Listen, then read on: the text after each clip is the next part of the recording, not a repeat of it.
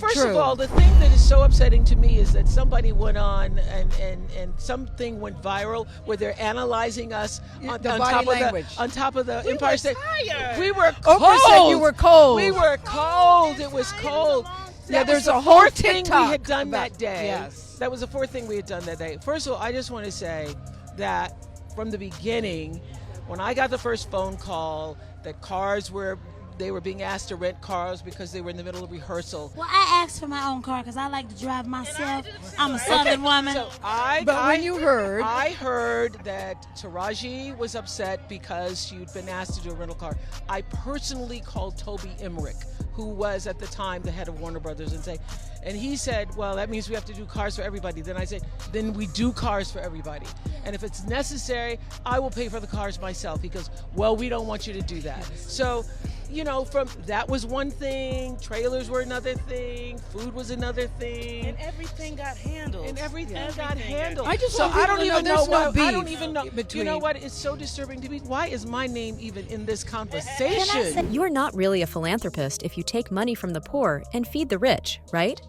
When we hear I'm here, everybody can relate because we've all been through some things. And I want them to walk out of the theater and I want them to know that they are queens. And if it had not been for the women who came before us and paved the way, we wouldn't be here today. Thank you.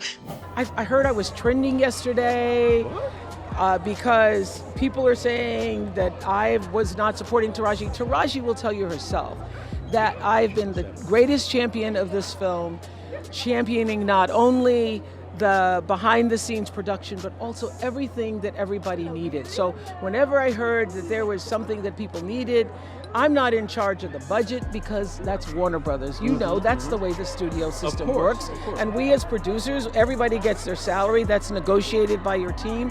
And so whenever I heard there was an issue or there was a problem with the cars or there was a problem with the food, I would step in and do whatever I could to make it right. And I believe that she would even vouch for that.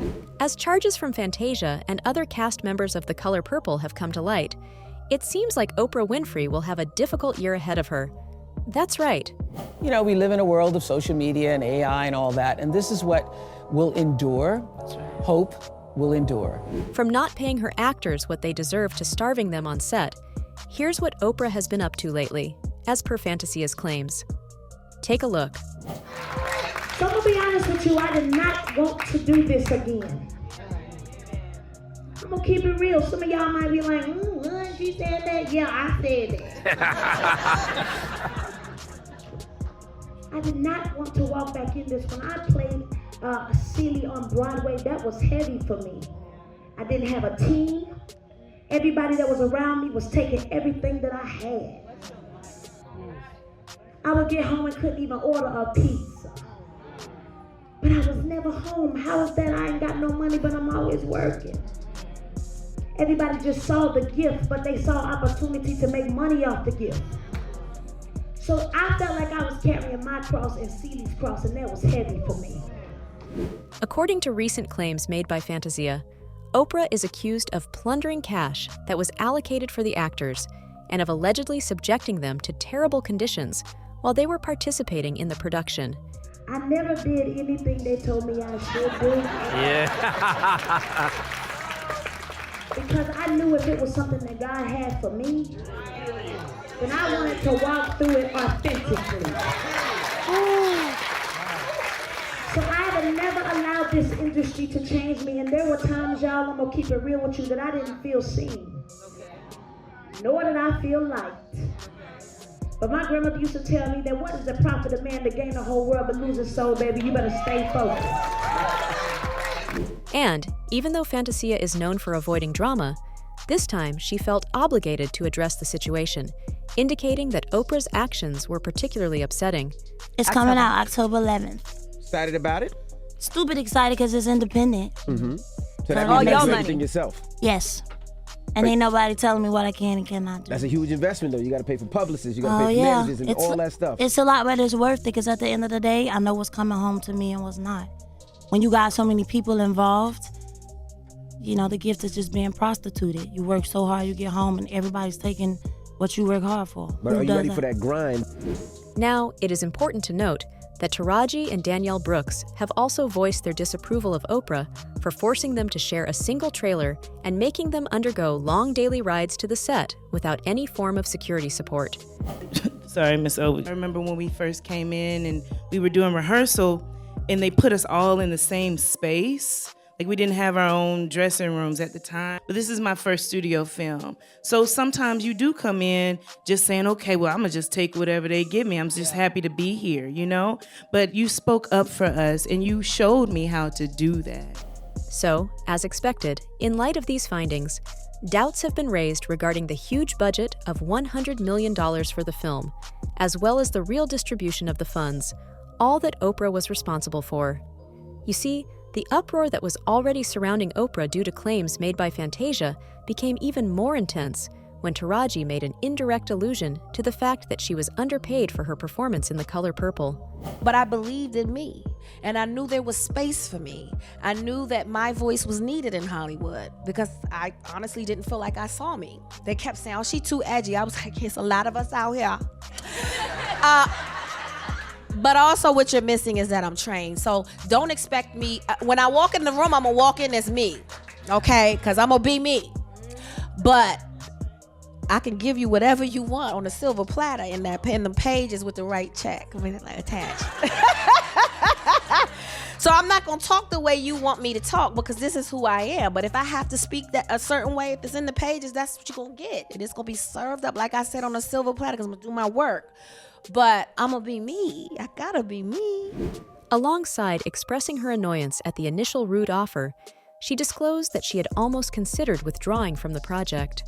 Negotiating and fight tooth and nail to get what you made the last time. Where's my raise? I haven't seen a raise in my income since Proud Mary. And almost had to walk away from Color Purple. Yes, ma'am. Who said what? Yes, ma'am. Yes, ma'am. Because you know what? If I don't take a stand, how am I making it easy for Fantasia and Danielle and Hallie and Felicia? Then why am I doing this? If it's all just for me, why are you here? We are to service each other. God is very clever. He put us on this earth and he made us all look different. He made it complicated. We need to figure it out. And we can. And we are. You have to look at the glass as half full. It's always half full. Not only that, but Henson also brought attention to the fact that she must pay her team and deal with huge expenses. She stated that even when performers are claimed to have made significant amounts, a significant portion of their earnings is withheld for taxes and crew expenses. Henson also expressed her frustration with the explanations offered by the business, which included claims that Black actors and stories do not translate well to other countries, and that Oprah did not have her back in addressing this issue. And, if that wasn't enough to show Oprah the door, Henson's assertions were backed up by Blitz Bazawel, the director of The Color Purple, who disclosed that he too had to struggle for the major performers to be cast, even though they had already achieved many achievements. He stressed how unfair it was for them to go through the auditioning process for roles that they had a right to have scored.